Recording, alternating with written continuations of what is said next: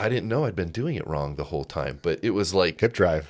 Yeah, hip drive. Yeah. Well, I still might be doing it wrong. There's a tantric lady in town, and if it's not against your religion, I would like to connect you with her. All right. Well, it probably is, because almost everything is. Anyway, but the thing that I noticed was that orgasms got about 20% more intense. No shit. Yeah. And I don't know if you remember back then, but it was like, now that's just how they all are. Right. So it's kind of worn off. But that change happening so fast, I was able to appreciate that. And, it was amazing. If I was Sullivan, I would have led with that. That would be the very first thing. This program is going to make sex way better.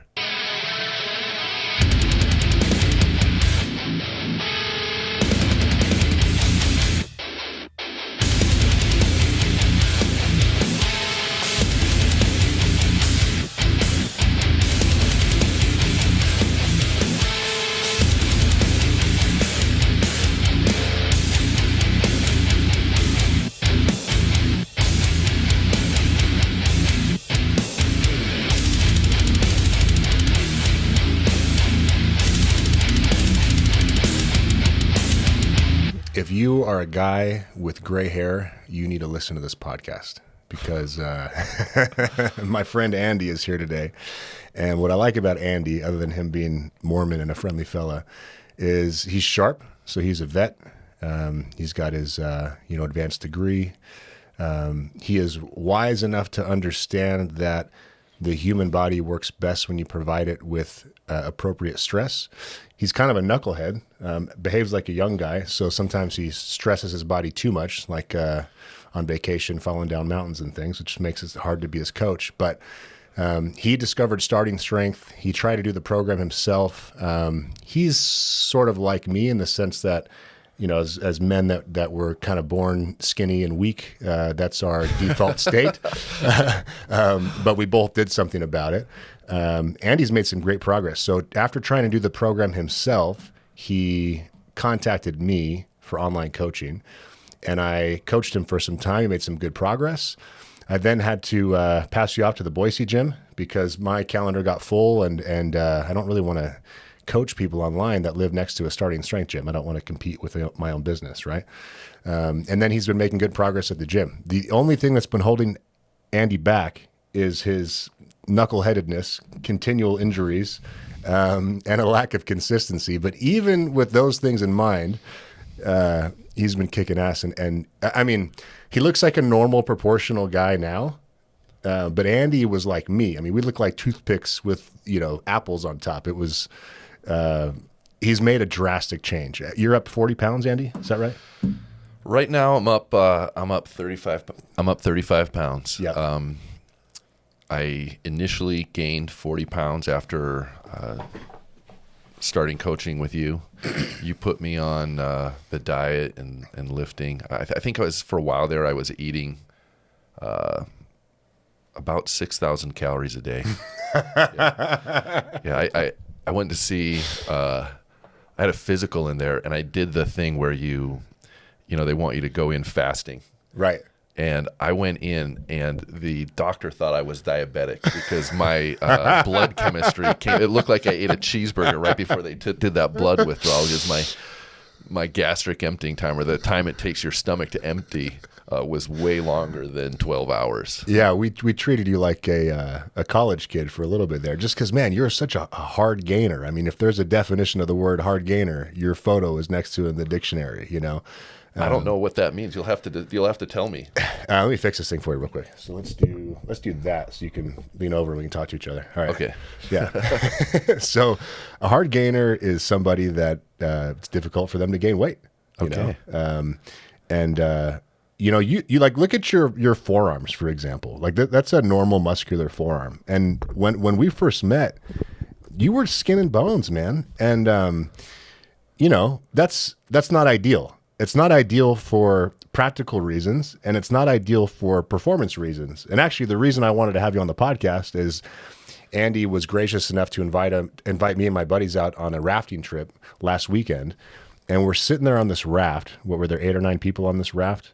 Yeah. Yeah, and we're all talking and hanging out, and we should have pulled out a phone and recorded it, because Andy just started talking about how much better life is being stronger. So what has it done for you in terms of getting much stronger, gaining the weight?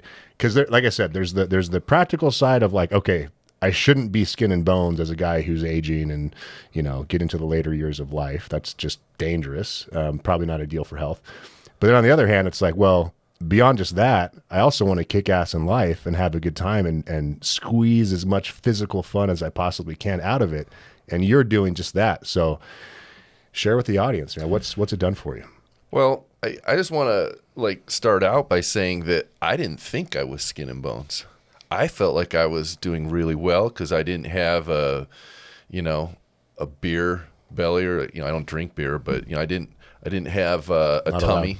Yeah, I had a flat stomach, and I still fit in the same clothes that I fit in college, which you would have said I was a skinny, weak guy back then too. And now I look at those pictures of me then, and I don't like them. I don't like that. I realize now that was skinny. Yeah.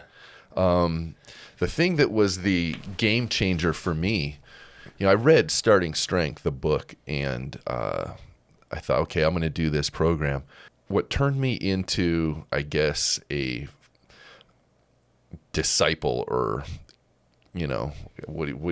drinking the Kool-Aid, was the book by John Sullivan, The Barbell Prescription. Yeah. And I thought, there's not a lot of books out there that can make you change your life. Just do a complete 180. And there aren't a lot of people out there that can digest a book like that. I mean, it's essentially a textbook and then implement its practices. It is. I wish I had run across that book 40 years ago. Seriously. And I know it was only written in 2017. But his explanation of the Krebs cycle, for all of you nerds out there, there's a bunch.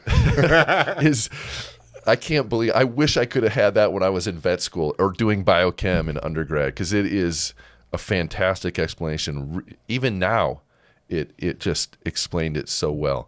But I read that, and I immediately closed the book, and I sent my dad a copy. And then I sent my brothers copies, got on Amazon, sent them. My dad read it.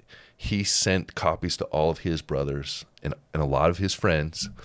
And yeah, I became a believer. Yeah. And I wanted what he talked about. I feel like I was fed, well, we all are, right? We have examples all around us of people that are not aging well. But I didn't have any examples of people that are aging how John Sullivan talks about. Maybe one guy who's 5 years older than me. He helped me out with CrossFit for a while. And I wanted what John talks about in his book.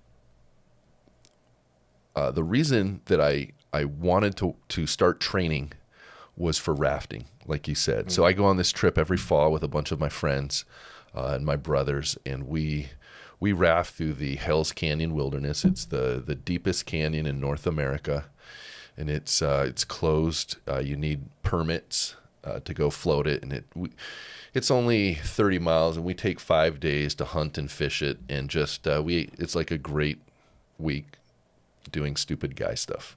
I'm trying to get into that inner circle, by the way, but yeah, please continue. Okay. Yeah. Good to know. So it's a lot of work. And by the end, I am exhausted. It's lifting these heavy aluminum dry boxes that probably weigh about 150 pounds. The boats are heavy. They're 160 pounds empty. Then we put these frames and all this, probably 2,000 pounds worth of equipment and people in the boat. And it's all got to be loaded out every day and loaded back in the morning when we launch the boats again. And by the end, I'm just exhausted. I mean, I am so ready. I have these pictures of me where I'm trying to smile, and it looks like someone just beat me up. And my wife got a permit to float that during the permit season, and I realized that I needed to train, gain some strength because the trip in the fall, there's 20 guys to help lift all that stuff. But this trip with my family, it was just going to be me and my kids, and one other guy. And I'm like, there's no way. So I was going to join a CrossFit gym. They give the permits out on Valentine's Day. It came out Valentine's Day 2020. So I was like, man, March 1st, I'm going to go join a CrossFit gym. I don't know. Everybody remembers what they were doing March 1st. In Idaho, the governor shut the whole state down. Brad Little did. And so there's no CrossFit, nothing. And then me, like everybody in America, decided to go online and buy gym equipment. Mine got here Thanksgiving. Jesus. So yeah, I missed training for the trip. It was great, by the way. But I started training I was like, I don't want to do CrossFit because every time I do it, I get injured doing CrossFit. Mm-hmm. You said I get a lot of injuries, and that is true, but it's not doing starting strength. Right. It's doing stupid guy stuff. It's doing young guy shit, and you're 54, right? Yeah. So tell us about some of the young guy stuff you do where you hurt yourself. I think one of the deals that happened, because you had injury after injury when we were training you online, and I think one of them was you were trying to get down a hill in Hawaii on a vacation, and that didn't go as planned. I was at this green sand beach on the Big Island, and it looks like it's just a sand dune down to the beach. It's like 60 feet tall, and I get on it, and I'm like, oh, sand dunes are a blast to run down. It's the sand kind of catches you. We've got these great sand dunes close to my house that we go to, and I thought I'll just run down that. Everybody else was like going down this rocky step. I was like, that's stupid. So I step out on the sand dune, and it's not a sand dune. It's just solid rock with just a little layer, just to make it slippery, a sprinkling of sand. And I just start sliding, and I thought, I'm gonna face plant or whatever, and I'm gonna skin all the skin off my butt or off my face, depending on which way I land. So I started running, and I made it to the bottom of that hill and just face planted on the beach in front of all these Japanese tourists, man. It was terrible. They're all like looking, and I tore a hamstring, and I can barely stand it. It's like the back of my leg is in so much pain. And my wife is, she's like halfway down on the path, like looking for me. And she gets down to the bottom, and she's like, oh, this is wonderful and everything. And I'm like, let's get out of here. I hate this place. Let's go. And anyway, yeah, it kind of ruined the rest of my trip because I was limping around everywhere. When I do these episodes, I sometimes think of what I'm going to title them while we're talking. I think this one will be All Gas, No Brakes at 54 years old. Yeah, man. I hit that sand hard. Yeah. Let's go back to the rafting stuff. So how has it helped you? Like, what's the difference now that you're stronger? So last year was the first trip that I got to go on being strong. My new weight gone up to 225. At what height, sorry? 225. And at what height, though? Oh, 6'3". 6'3", yep. Well, 6'2.5". Everything's getting shorter. And it was fantastic. I could notice a huge difference. Mm-hmm. Even just rowing the boat, but all the lifting and my level of fatigue at the end of the trip, it made it so much more enjoyable. Nice. I work. I've noticed a big difference at work. I'm a large animal veterinarian. I work with dairy cattle, beef cattle, and these are 1,600-pound animals. 8 times, well, not quite 8 times, maybe 7 times my body weight. They're big, And I've had times when one of them is trying to back out, and I lean on them and push, and have pushed them back in. Nice. Yeah. So it's been very helpful. Excellent. Yeah, what were you saying on the boat? The boat was just like, man, this should be a commercial. You were sitting on the back of the raft because you've got that pilot seat with the 2 paddles, and sitting there in your vest, and you're looking muscular. You look good with your shirt off, and I was complimenting how big your back got and stuff. And we're just kind of going around the boat talking about when we lifted that damn thing out of the water, we all just ran it up the hill with no problem, And then your wife was like, by the way, this is the reason we brought you on the trip. Do the heavy lifting. Yeah. I carried that boat by myself from my backyard, and I have to go around all these trees and get it out on my table. So I carried it out by myself, and that is something I never would have been able to do before starting strength. In fact, I thought as I was carrying it, man, I got to thank you for that, because you have given me the ability. I knew my kids, I've got teenagers. One left for college. Boys. I've got 4 kids, 2 boys. My oldest son, he moved out, went to BYU, Idaho, last year, and he just barely left on a mission for our church in Arizona. And my second son is going to be a senior this year, and they were scrawny little kids that were not useful at all. You chose those words carefully. Yeah. They're going to be listening to this. Yeah. They were not useful at all for lifting or heavy lifting, but they could help. I could do a lot of the lifting, and all of a sudden they, puberty turned on. They became very helpful. They stopped being stupid, and you teach them stuff, and they're incredibly useful. And they're great people to have around, and then they're gone 2 years later. Mm-hmm. And I realized, I'm like, if I'm going to be moving boats around or lifting stuff, I'm going to have to do it alone. What does your boat weigh, by the way? Well, it's I've got 4. So the one that you lifted by yourself? The one that I lifted by myself, that's a really good question. Can we look it up? Yeah, well, maybe we'll put something on the screen for those that are listening to this only. Sorry. All right. Yeah. We'll look it up. It's not light. Well, you were feeling it when it was heavier because it had the frame in. I took the frame off. Mm-hmm. The frame weighs about 40 pounds, mm-hmm. and the oars weigh another 20, maybe, or 16. It's a 12-person raft, maybe a 15-footer or something, I'm guessing. 16 feet. 16, yeah. Yeah, it's about, it's going to be about 7 feet wide. So it's big. It's a hell of a good time. Thanks for taking us. You've taken us twice now. Yeah, no, it is a good time. Yeah. I'm basically there every weekend. If I was you living where you live, I would be doing it every weekend too. Right. I'm right off 55, and I can just... Yeah. Basically, I wave at Ray every time I go by. Call me, man. I mean, I'm too busy to go, but call me anyways. All right. Well, let's talk about where you started, because Andy has baseline strength now. He's not... You're stronger, and you're strong, but by our standards, he's like, just getting started. Really. I mean, so we're the same height. If you think about the graph of genetic potential, you and I are probably identical. You ever tested your standing vertical jump? No. Well, I think athleticism wise, Andy and I are built similarly.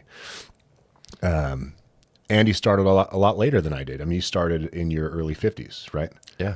So, we'll talk about your numbers, but as far as we're concerned, Andy's at just getting started, and it's already helped him this much.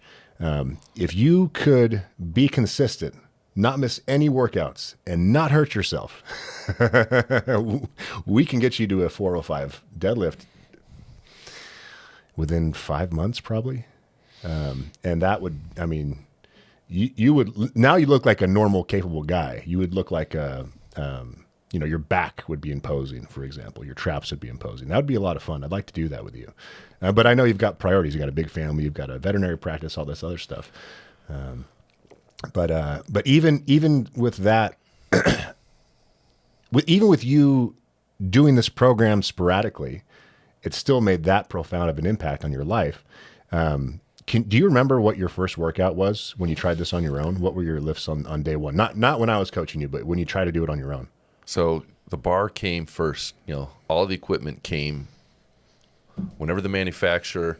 I'd log on and try and find it, and I'd order it a piece at a time, a plate at a time, because it was all back ordered and it was first come first serve on the website. So I got a bar from Vulcan Strength, and I've since traded that in for. Well, I still have it, but I mostly use that Texas Power Bar. The starting strength bar? Yeah, the starting strength bar, except for presses, because that cheese grater in the middle takes the skin off my forehead. When I tell Andy to touch his forehead with the barbell, he takes it literally. Yeah, literally. So, but I remember it came, and I was super excited. It's all we had, and I took it out of the tube, and my wife, Kristen, said, you might want to, because I was going to put it on my shoulders and try squatting, play with my new toy, right? And she's like, you might want to take it easy on that. And I was like, oh, whatever. And she was so right. I did 3 reps down with 45 pounds, and I couldn't go down all the way, and I could barely get up. And the next day, it felt like, my legs felt like they were on fire. I had no idea it was that bad. It was so bad. It was so bad, Ray, that when I was on a dairy, they have these gates that these big metal gates that swing open, but they put like a little square in it for people to kind of go through. So there's it's a rectangle. It's about 4 feet by 1.5 feet wide. But the top of the bar is about 5 feet tall, and the bottom's about, so it's like doing limbo. You've got to go down, and it's basically like doing an air squat. And I didn't have enough strength to get back out of the bottom without grabbing onto the gate and pulling myself up. On a normal day or after you squatted at the bar? No, that was Tuesday. Wow. Or Thursday. Wow. Yeah, it was every day. Damn. No wonder why you're so fired up about this. I mean, that's profound. Yeah. I mean, I thought I was in good shape because I walked like 5 miles a day for my job. Right. But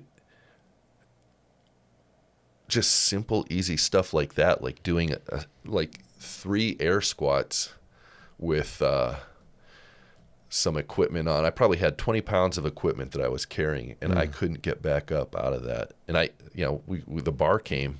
My wife was absolutely right. As they are. As they are, yeah. It turns out, like when you said, I'm like a wise guy.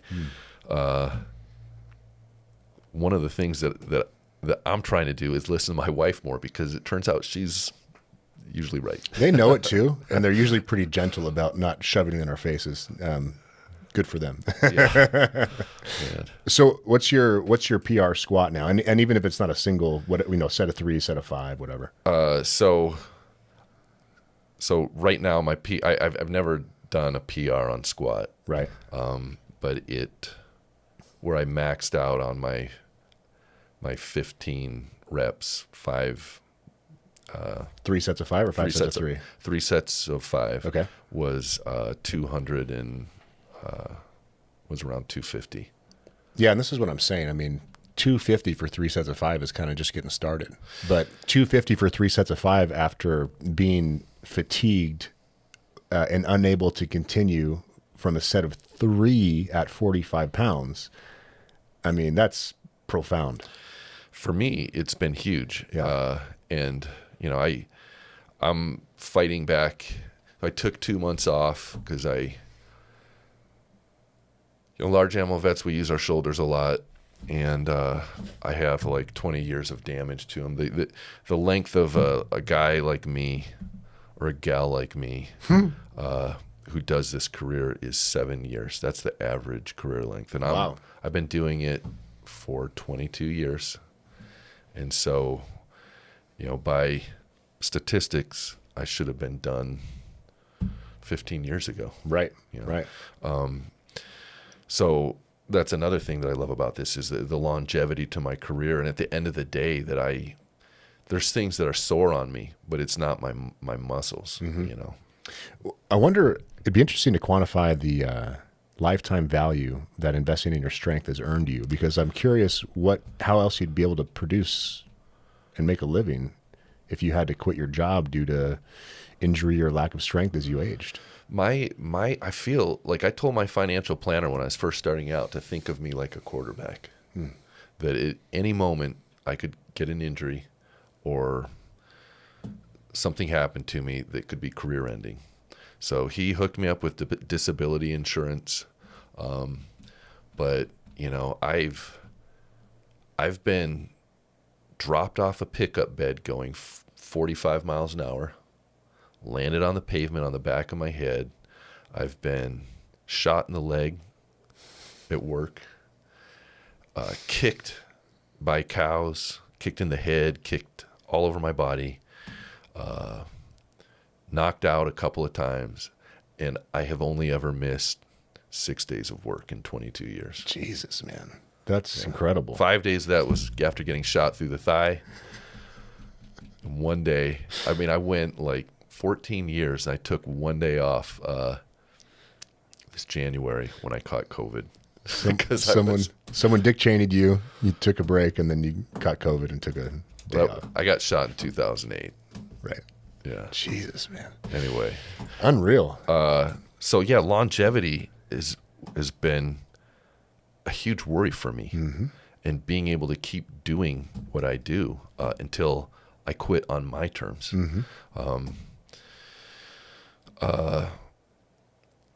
So I know by your standards, not as far along as I should be, but I have all this damage up here. That was another thing. I had my shoulder separated from CrossFit. Shit.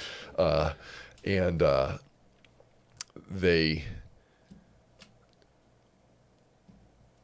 this spring it was hurting me so bad. I just took 2 or 3 months off, and so now I'm back into the linear progression and trying to claw my way back up to where I was when I quit. Prior to this latest shoulder mishap, did you notice any difference in your shoulder health after doing the press? So when I started working out with you, I couldn't sleep on my left side. It was so painful. Like if I rolled over there by accident, I would wake up in the night and it felt like it was come out of socket. And if, I felt like I had to do like a 1-arm push-up to get pressure off of that and then sneak the shoulder joint out of there. Jeez, man. You don't complain much because I didn't hear about this. No. Yeah. But your program, my shoulder started feeling better than it's ever felt in 20 years. Nice. And it wasn't until you had passed me off to another coach, and you taught me to do it by getting your shoulder blades pressed together. Yeah, extend your chest and kind of pretend for those of you listening, I'm putting my finger behind his back and I'm asking him to pinch my finger with his shoulder blades. Yeah. Yeah. And to get all set up before the start of the movement, the bench press. Overhead press.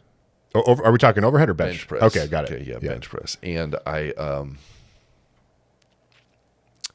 was working with the other coach, and he noticed that I wasn't. The way he coaches it, he wants you to do it between each press. Pull them back, and it wasn't a movement I'd ever practiced. And I had 220 pounds of weight on the bar, and he was trying to coach me to do it. And I don't know what happened, but it tore it up in there. It re-aggravated that injury. And What you have on your left, I have on my right, by the way. Okay. Same We're problem. like And if twins. I'm not we're like mirror images. literally, I'm looking at you into the future. I hope I look that good at 54, man. Me too. I think you will if you keep doing this program. Yeah. But yeah, for me, if I'm not super disciplined on the bench, in fact, I was never able to bench 2 plates and above until the starting strength bench came out. Oh. Because, are you a car guy? No.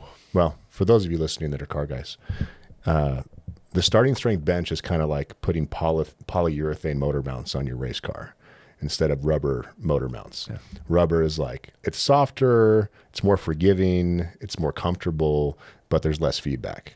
But if you want performance, a little bit of a rougher ride is okay, provided you have that extra precision.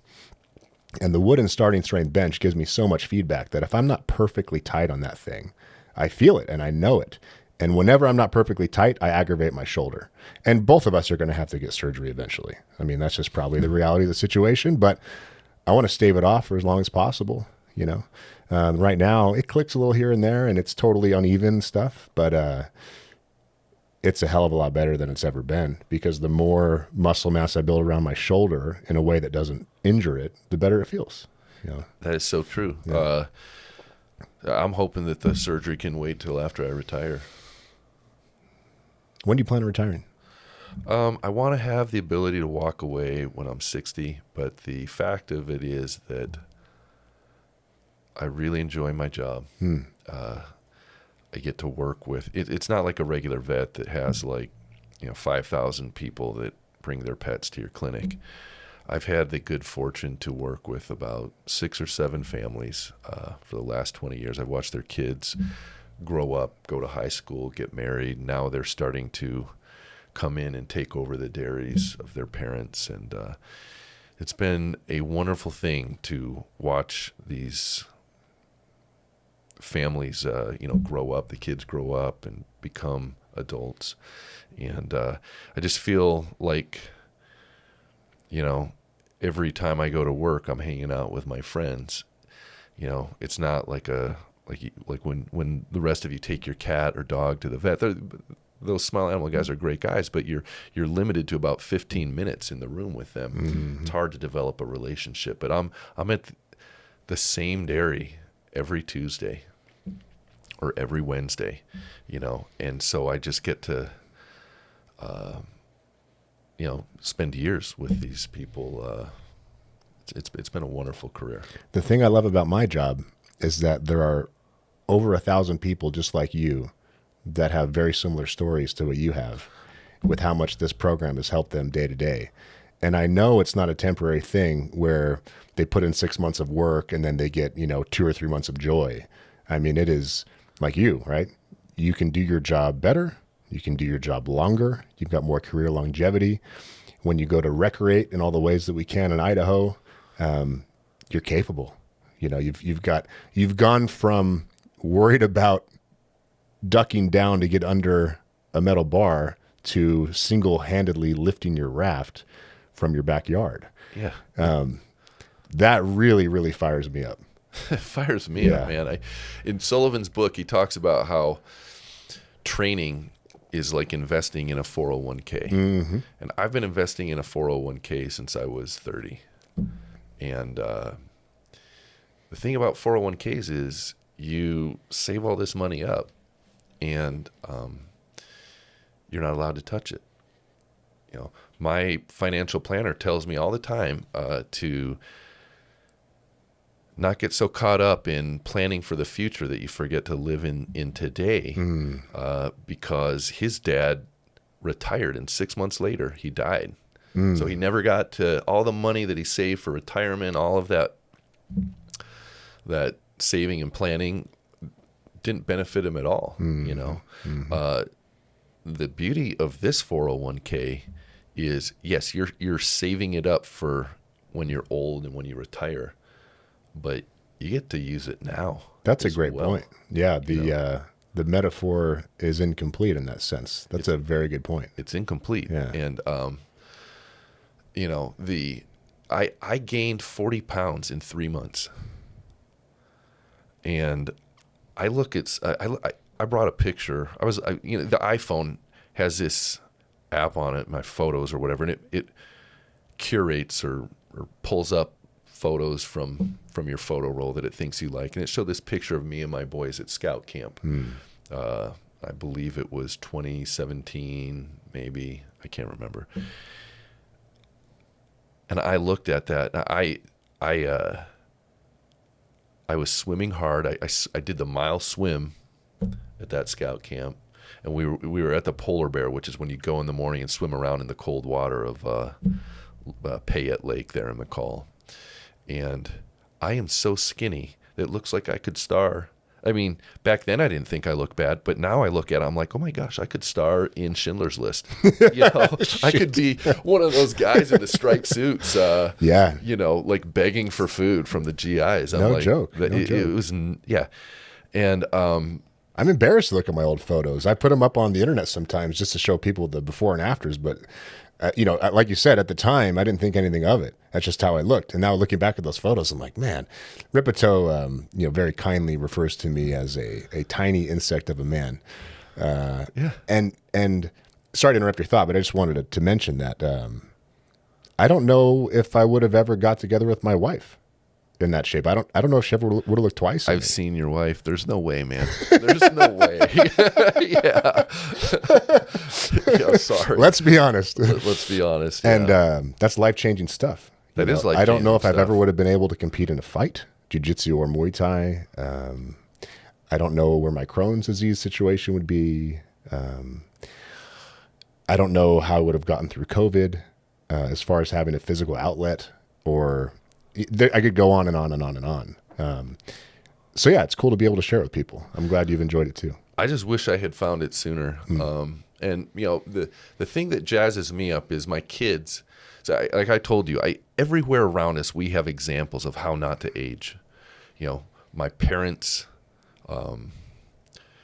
people at church, they're just getting older and they're getting frailer. My grandfather, he watched his dad get type 2 diabetes and just slowly rot from the inside out. So he started jogging. This was back in the 70s, and he was a great example to my dad, who has tried to stay active and do exercise. But the exercises that they taught us were the wrong exercises. Jogging, my grandfather jogged until his knees gave out, and then he went to walking. But walking is better than nothing, but it's not a lot better than nothing. No, it's not that much stress. And to be able to be an example to my kids so that they can, they're, without me pushing or doing anything, they are out training and working out on their own. Nice. And I hope that they can continue that. I wish I could have found it. I tried lifting weights when I was younger, but I never gained anything. I just didn't know. We didn't have the internet back then, and I couldn't Google, What I literally Googled was how to get strong without using CrossFit. And starting strength came up, and I read it. I'm like, oh my gosh, this is great. Four movements. I can do that. It was like CrossFit. Every time you went in, they had a new thing they wanted you to do, and you do it until you're fatigued. And by the end, my form was terrible as I was getting hurt. Nor was it good in the first place, because it can't be, because you've never practiced the movement pattern. I never practiced the movement, yeah. So and I was always trying to beat ladies, but I was always trying to beat the lady next to me that was kicking my butt, and it was just hard to let some little 110-pound girl outlift me and beat me, and so I was always trying to beat her. Or the old guy, the 60-year-old guy that was kicking my butt. And that's how I always got injured, was trying to beat those two people. Well, Andy, your internet debut includes a Holocaust joke and a sexist remark. So there we go. You are now canceled. Well, I gotta do one thing, okay, before you do this. I gained weight so fast, it was like having a new body. It was like that movie where you see Captain America, where they put him in that capsule and shine the light at him or give him that injection, and he goes in that scrawny. What did Ripito call you? Tiny, thanks, Rip. Insect. Tiny insect of a man. Yeah, you go in a tiny insect and you come out Captain America. And Mm-hmm. I know you don't think I'm Captain America, but I'm 40 pounds. It wasn't all muscle. A lot of it was fat, but a lot of it was muscle. You're the strongest guy in that riverbank, right? I mean, there were 20, 30 people, men of all ages. Probably, yeah. And other than the people in your boat, you were the strongest guy in that riverbank. Yeah. At 54. Absolutely. Right? Yeah. And it was weird because my thighs, which were skinny, I had like a thigh gap. I had that problem that middle-aged men get where their butt just disappears. I had no butt. And it literally was to the point where I would take a cushion with me to church to sit on, because sitting on my butt, the bones, my sit bones, were painful. Mm-hmm. And I remember like feeling something weird back there. All of a sudden my thighs are brushing as I'm walking, and I'm just getting crazy wedgies in my underwear because now I finally got butt cheeks, and that underwear was getting sucked up there like a vacuum. And I'm like, oh my gosh. Apple bottom Andy. Yeah. And, not to mention the shoulders and the chest and all of that, but And the back. You don't see the back till someone points it out to you or you see a picture. I mean, what this program does to your back is just... That's actually the most stunning part when I saw him. Like, man, look at Andy's back. Holy shit. The thing that people see are the forearms. They're like, oh my gosh, your forearms have gotten huge. And they're like, what do you do to like work? I think I don't know. I think it might be just holding the bar while you deadlift. No, be honest. You're doing a bunch of wrist curls, right? No, not one. Not one. Friends, your muscles work isometrically as well. And if you stress them and linearly progress them, they will grow like the rest of your body, even if it seems counterintuitive. So when that change happened, it was like getting your braces off, and you run your you just can't stop running your tongue across the teeth. I was always feeling in every part of my life, every part got better. Groceries were all way lighter when I was carrying them into the house. Work, I wasn't as tired. Everything was better. This isn't something that they talked about in, we talked about it a little bit in whatever, but if I was Sullivan, I would have led with this. I would have started with it. Sex is not a huge part. It is a part of a healthy life. Oh yeah. And I didn't know I'd been doing it wrong the whole time, but it was like hip drive. Yeah, hip drive. Yeah. Well, I still might be doing it wrong. There's a tantric lady in town, and if it's not against your religion, I would like to connect you with her. All right. Well, it probably is, because almost everything is. Anyway, but the thing that I noticed was that orgasms got about 20% more intense. No shit. Yeah. And I don't know if you remember back then, but it was like, now that's just how they all are. Right. So it's kind of worn off.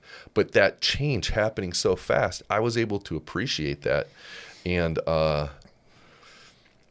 it was amazing. If I was Sullivan, I would have led with that. That would be the very first thing. This program is going to make sex way better. Okay. New title. Will it embarrass you or your church if we title this thing "Orgasms Got Better by 20%"? My mom is going to listen to this, so Hi, Mom. Yeah, sorry, but never invite a vet to dinner. We talk about the craziest stuff. So yeah. Anyway, and never invite one Mormon on a boating trip. Oh my because he'll gosh. drink all your beer. Yeah. All right. I'll have to take your word for it. Well practiced. Yeah. And we don't call ourselves Mormons anymore. Oh, what do you call each other? Members of the Church of Jesus Christ of Latter-day Saints. That is just rolls right off the tongue. That is lengthy. It is lengthy, but they, our enemies gave us that name. Needed a rebrand. It is a rebrand because nobody knew we believe in Jesus Christ. Right. But now we get to witness to him every time we say who we are. So, man, I want to join your church. You guys have your shit together. I don't know a single Mormon that's not friendly, is a prepper, has a good family, well, you should. Yeah. Well, you'll have to give up Sundays and 10% of your income, but Andy and I spoke about this because I'm like, maybe this is a good strategy, just to have a backup plan to be a part of the church. But I'm a Jew, so there's no way you're getting 10%, first of all. But then Andy assured me that 10% is on like some sort of a honor system. Yeah, there's nobody that's going to audit you. Yeah, nonetheless, I'd feel shitty if I stole from you guys. So I'll just be one step removed, if you don't mind. If there starts, if the 4 horsemen roll into Idaho, don't forget about your friend Ray, okay? I won't. Yeah, you're yeah. Anyway,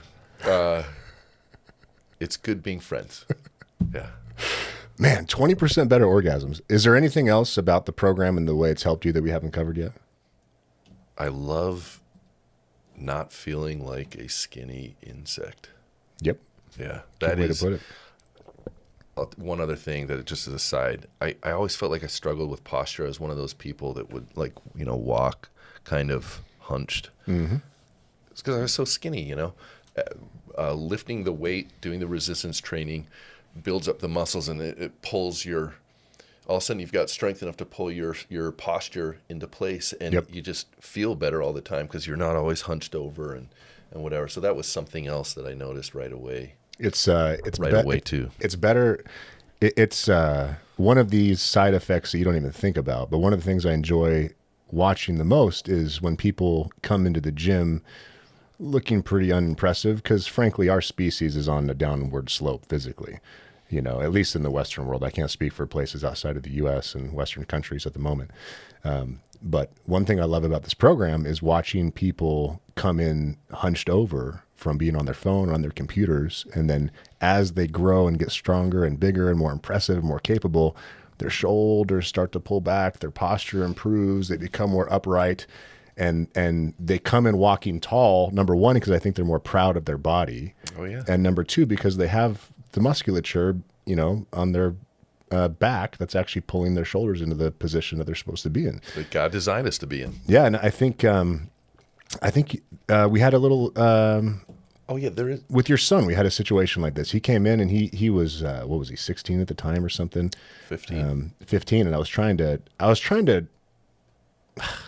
It's hard to explain to a 15-year-old like what's going to be different if you listen to me and get your squat to 405 in 12 months, what that's going to do for you. But you could see certain things clicking, and he was a little bit hunched over, and he's like young kid. It's how you are in high school, kind of feeling things out and getting to know yourself and confidence and all this stuff. And one of the things I coached him on was stand up straight, man, pull your shoulders back. And I know, well, he's been lifting, right? So has his posture improved? He looks a lot different.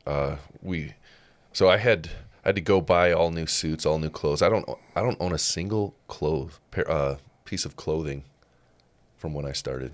I was a medium when I started. I'm an XL now. I was large, but they were baggy large. Right. Now the pants were all 33s. Now I'm 36 pants and XL.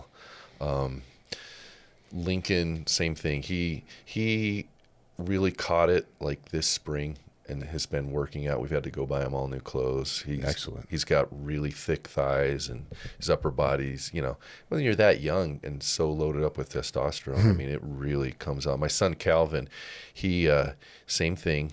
I thought of one other thing too that there's a benefit. It's happened so slow and so gradually. I didn't even realize it was happening, but I never got a DEXA scan. I wish that you guys made us go get DEXA scans when we started. Especially for the bone density. Yeah. But I do have one of those scales that you stand on. And I'm not saying I believe the scale, but I believe the change. So when I first started, it keeps track, of what it says your bone density is. And it says that my bones weighed 7.2 pounds. Huh. I never thought about what a skeleton might weigh. Okay, so what was the change then? I mean, bones are full of water too, so if you just take out the change, it's gone up like 15%. It's now like 8.3. But, with the weight gain, it's an app. So it shows like each data point every time I weigh myself every morning. And, it's kind of like this, but that 3 months, it just goes boom, and the bone growth thing, it looks like a flat line, it's only if you go back and look at where it was when I started March of 2021 to now, that you just see it slowly just been, every month or so it goes up 0.1 or 0.2, and now it's my dad has osteoporosis. So, and my grandma had osteoporosis. So for me, with that family history, that's a big concern. Yeah. Especially with as weak as you were becoming.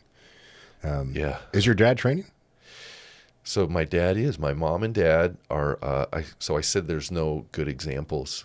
My dad has become a good example.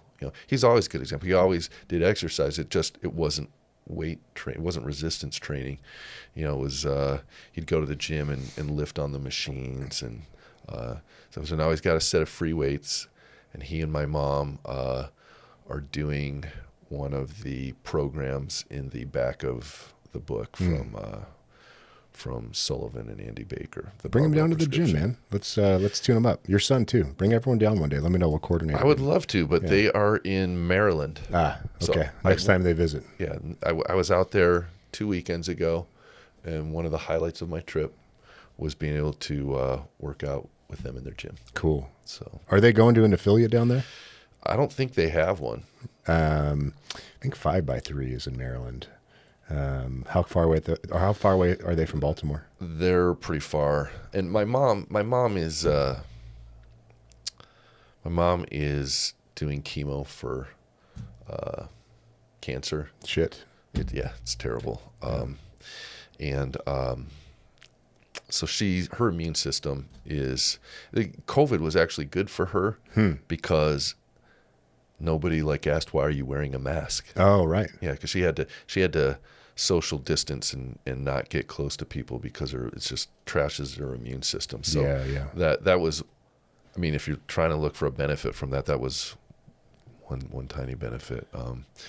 But yeah, so she's not able to fly out here because of that. Right. She came out and did it. She did a session with John. Oh, John Dowdy? Yeah. Awesome. Last year they came out, it was before the gym even really opened. It was like you did the soft opening, and my dad and John signed up for a session together and did a session, and they went home and, bought a bunch of gear and started doing it on their own. Excellent. That's so good to hear. We got sidetracked when I was asking you about your numbers. We got through your squat. Oh, gosh. Tell me about your deadlift. Okay, so deadlift, 65 is what I started at. 10 on each side? 10 on each side. Yeah, wow. Did you get a set of 5 for that, or? Yeah, I was doing, back then, I thought you had to do 3 sets of 5. Oh, right, okay. Yeah, so I was doing that 15 times. Yeah. And if that weight's no big deal, but once you get up in the, mid high 200s, it's going to start to tax you. Yeah. That was the greatest part about starting with you was I only had to do it 5 times. Nice, I was like, yeah. Less is more, as starting strength versus CrossFit has taught us. Less is more. Yeah. So what's your PR deadlift? Man, I think I got up to 300 and PR. That was something that we did, an actual PR at the gym. It was the day of the deadlift. Nice. And I got up to 320 on my single. But I think I did 5 at 320. Yeah, I remember you doing 3 plates for multiple reps during our time together. Yeah, so it's probably higher than that. I'm not very good at stopping the training to do PRs. Right. And there's it's just vanity anyways, right? It's just vanity, yeah. What I do want to do, though, is to be able to do at least one bench press at 225. What did we get your bench up to? You got my bench up to 115 at 175. 3 sets of 5 at 175. What was your bench on day 1? Do you recall? Oh, it was probably just the bar. Yeah. And your press? My press, probably just the bar. What's your PR press? 127. That's 15. 127 and a half for 3 sets of 5. Yeah. We haven't even got you off 3x5s yet. You're still a novice, my friend. So if I never got stronger than I was today, it would be it has been totally worth it. Yeah. But I would like you to set a goal to hit at least singles on your press at 185 for vanity purposes, because it makes your shoulders and arms look awesome. Okay. but also because you've got shoulder issues like I do. Yeah. And when you're pressing heavy like that, it's almost like the defects in the structure they're not totally irrelevant, but they're less relevant because you've got so much supporting scaffolding over the joint. I use my shoulders every day. Well, that's one of the things. The problem is I've got to go in after I do a workout, and the next morning I've got to use that shoulder at work. Mm-hmm. It is my work. Mm-hmm. And it's not like I can go in and like type on a keypad, and my shoulder's sore, Mm-hmm. or my whatever. It's so yeah, that's I'm really protective, but what it's done for them up until now has been fantastic. So if you say 185 is great, I believe you, because getting to 127 and a half has made them feel amazing. 185 is kind of arbitrary, but it's a plate and a quarter on each side, and it's a good milestone. Okay. Yeah. And by the way, we have a guy who we're going to do a case study on. His name's Greg. He's a really cool guy. I've talked about him before. He trains at Starting Strength Boise. He saw my email from a Triggered member podcast. You haven't seen that one, but because you don't even know about this podcast. but Greg saw it, and he was so fired up by the message that he sent me an email. And then I invited him down to Starting Strength Boise because he was trying to do the program on his own. Greg hobbles into the gym on a cane, and turns out the guy's broken his neck. And so we're trying to get him to recover from a broken neck from when he was a kid. And his goal is to not only get off his cane, but his goal is also to not just be able to walk, but to be able to run, which is pretty cool. But the reason I bring him up is he broke his neck on a rope swing. And you're a maniac, and you're doing a rope swing at 54 years old. Me and my buddy Brandon, who's the GM at Boise, we're both just sitting in the raft like, nope, not doing it. We've injured everything twice. We've had all the excitement in our lives that we want. You knock yourself out, Andy. We're just going to chill here on the boat. And then there's Andy, flying off the side of the cliff. That is life, man. That is why I do it. So I can, I didn't tell you this, but 2 summers ago, I tore all the muscles in my stomach doing that rope swing because I just felt them tear. So was that prior to Starting Strength? Yes, it was. I wonder if something would be different now that you have a nice thick slab of abdominal muscles, which happen to grow without doing any crunches. Imagine that. No, it felt great. So how far? We're an hour in. Man, I want to keep talking. Okay. Because I wanted to ask you. I wanted to ask you a few things.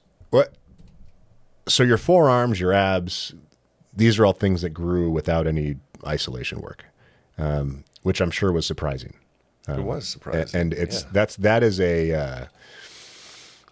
that is one of the many misconceptions that people have about fitness and about gaining muscle, about gaining strength. What are some other things about this program that surprised you, or you were not so sure about, or maybe were hesitant about? I know food might be one thing to talk about, but just curious in general. That is like, so right now, that's like, you're like saying, hey, I want you to do a linear progression. Linear progression to me is like eating 5,000, 6,000 calories a day. And when I quit eating, that's when I hit intermediate. I slowed down, and I quit eating because premature intermediate. Premature intermediate. There we go. You probably have an acronym for that. PI. Yep, there I was. PI right here. So I started to get this big old spare tire, and I'm like, I gotta turn this off because I cannot be eating this much. And I'm getting fat as a tub here. So I tried to turn down the calorie intake, and that's when I started slowing down on the gains. Yep. And I, in all fairness, I told, you passed me off to that other coach, and I told him, I want to lose weight. Yeah. Yeah. And so he's like, you're not going to keep gaining. So in fact, I went down on my weight. My weight went down, but the weight that I could lift also went down. Yeah. It's usually not a good idea to lose weight and try to, add 5 pounds to the bar after workout. That's usually a situation that doesn't end well, Yeah, it didn't work. So yeah. But if you're still trying to get stronger and strength is the goal, but you're trying to bias the muscle gain towards or the weight gain towards muscle, that certainly can be done, because that's just some dietary tweaks, switching up your macronutrients a bit, switching up your caloric load a little bit. So let me help you with that. Next time that comes around, let me help you with that as a thank you for being so generous with your raft and taking us along and all that good stuff. Yeah, so. I was going to go anyway, man. Yeah. But yeah, now you had help but out I'll of the take river. the help. Yeah, I'll take the help. I would love the help, actually, because, I know that I am running into the point that I maxed out now with John Dowdy. Mm-hmm. Am I allowed to say that, his name? Oh, yeah. Yeah. Okay. He's my coach now at Starting Strength. Hey, John. What's up, John? Fellow Mormon. Good guy. That is. Strong as an Church of ox. Jesus Christ of Latter-day Saints. Sorry, I got to get you. I want me to say 5 words instead of 1. You give me an acronym and then I'll switch. How about It's that? like www, right? www dot whatever. Right. It turns out it's easier to say World Wide Web. It's like 3 syllables less. Doesn't shorten anything, yeah. Does it? Yeah. Dowdy's looking great, too. He went on a cut recently. Someone called him fat on YouTube, and then Dowdy and I both dieted down a little bit. But Dowdy's at I think he's 225 at 6 foot, squatting mid-fives. He's 225? I believe so. Yeah, let's double check. But just monstrous. I mean, he came rafting, too. Yeah, The guy took his shirt off where everyone's like, man, like everybody's jealous. He's just huge, and capable, and Dowdy's a good guy. But what do you mean by you've maxed out what you can achieve with him? I don't feel like I'm maxed out, but when I'm getting to the point where I maxed out on my last linear progression, I'm starting to get to that neighborhood or ballpark.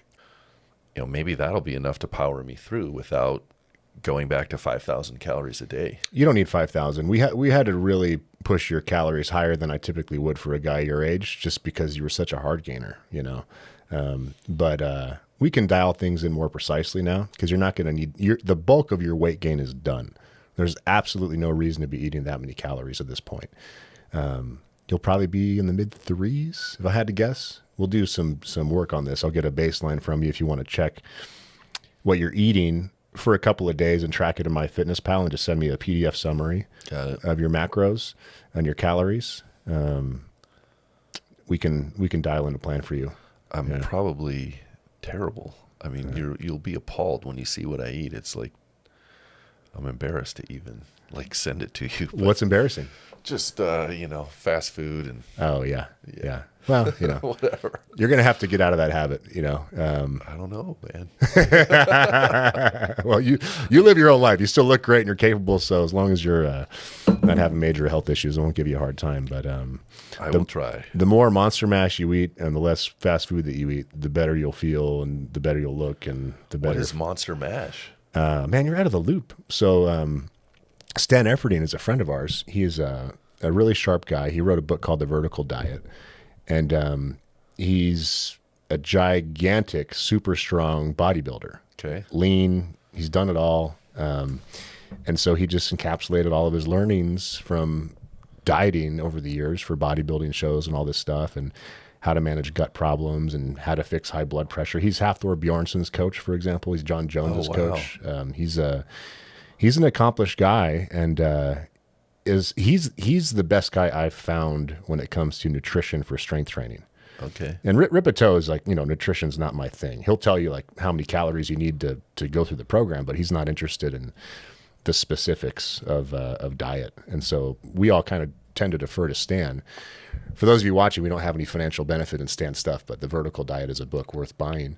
Could you say his name again? Stan Efferding, Efferding. When we go upstairs to the kitchen, I'll show you. I've got meal prep. I've got these little pre-portioned Monster Mash meals in a glass container. I throw some chicken stock on there, microwave it for 3.5 minutes, then I've got a meal. It's super fast, and it's, as far as I know, and my nutrition knowledge has its limits, like all aspects of my knowledge do, but as far as I know, it's pretty much the best way you can eat. So it's white rice, it's 90-10 ground beef, it's sweet potatoes, chicken stock, and then that's kind of the base, and you can modify it from there. But I find it to be really palatable and not too palatable. So you don't want to overeat it, and not too palatable in the sense that it actually reduces your threshold for like sweetness and saltiness requirements. Where like the more fast food you eat, the more it kind of raises your threshold for those things. It kind of it's like exposure therapy, right? So what I find, the way I keep my weight in check is I just try to have Monster Mash for 1 meal a day. If I can do that, my body comp is right where I want it. If I can do it for 2 meals a day, I start showing abs and stuff, which I don't care enough about to eat Monster Mash twice a day. I only eat it twice a day if I don't have any time. So, yeah, Andy Baker and a bunch of others have said, train like a strength athlete, eat like a bodybuilder. And I think that's pretty good advice, especially once you've gone through the novice linear progression. If you haven't gone through the novice linear progression and you need to gain weight, you might have to do some extreme stuff like Andy. But man, I told you, you you were a little skeptical if memory serves. You're like, this is a lot of food. This is a lot of food. And you're worried about your health. And I get it, but it's temporary. It's temporary. And you cannot argue with the results. Every time I look in the mirror, you have been proven right. Yeah. In fact, you get a hug. Is that okay? Hell yeah, man. All right, here we go. That is, like I said, I just, you have changed my life for the better. So it means a lot to hear you say that. I appreciate that very much. Thank you. This job is a giant pain in the ass from time to time. I deal with problems all day. When people call me, it's usually not because they're happy, but I just remind myself, like, good people, good, conscientious, hardworking people are genuinely living better lives because of the work that we're doing. And you don't even know the other people that you've touched through me, like my mom and dad, my kids. And everywhere I go, people are like, oh, Andy's going to be talking about this again. But I think that book should be required reading for everybody. I mean, now you're out there promoting 2 books. Yeah, 2 books. That's right. Yeah. I should say I really don't deserve the credit for this stuff. I mean, you guys know that. This is all Rip. All this stuff started with Rip. I'm basically a business guy who kind of put a nice packaging on the stuff that Rip's built and built a system to bring it to more people and make it accessible. But thanks to Rip, Rip has helped millions of people,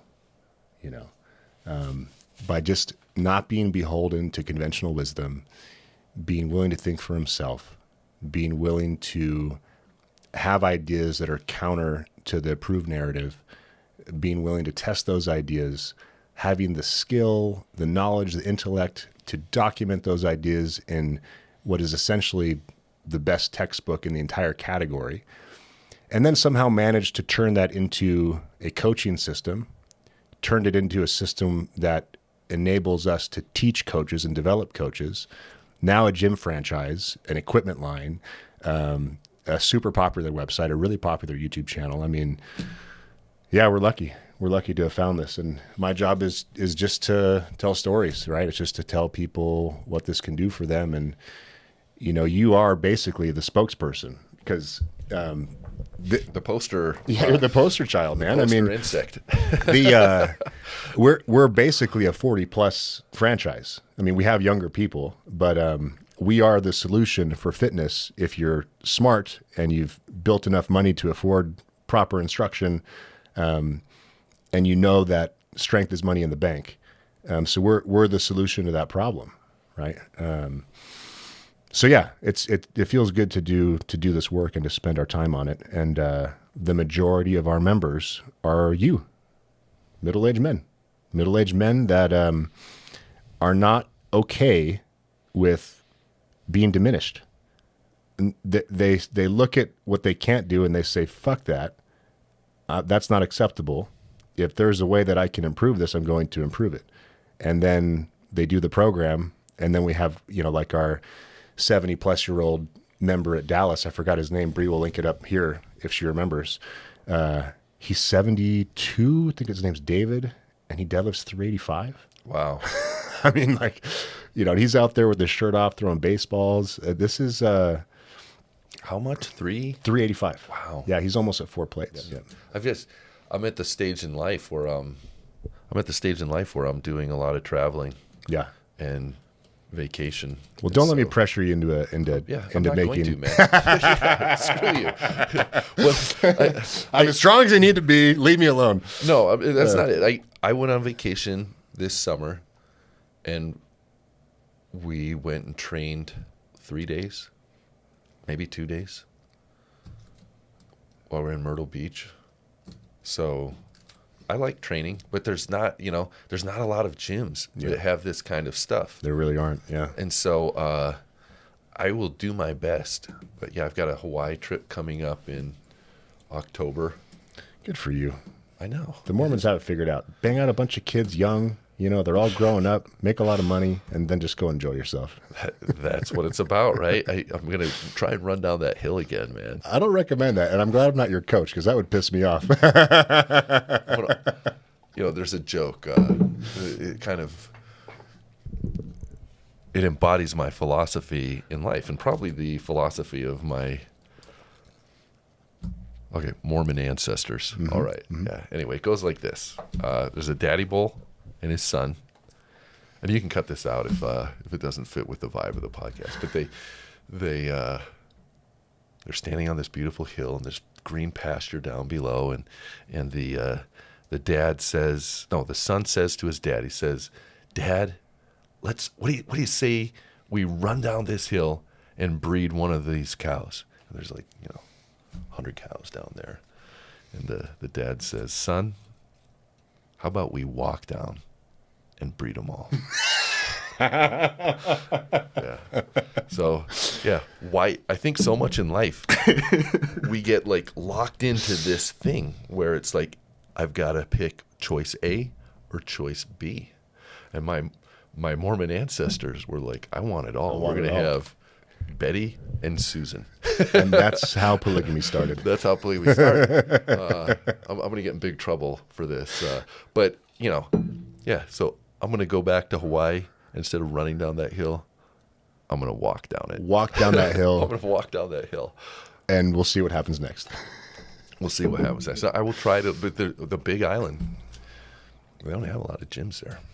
No. You probably have to go to the UFC gym in Hilo, if I remember correctly. There's a BJ Penn UFC gym. I'm over there by the airport, so it's a long That's across drive. the island, right? Yeah, it's a 90-minute drive.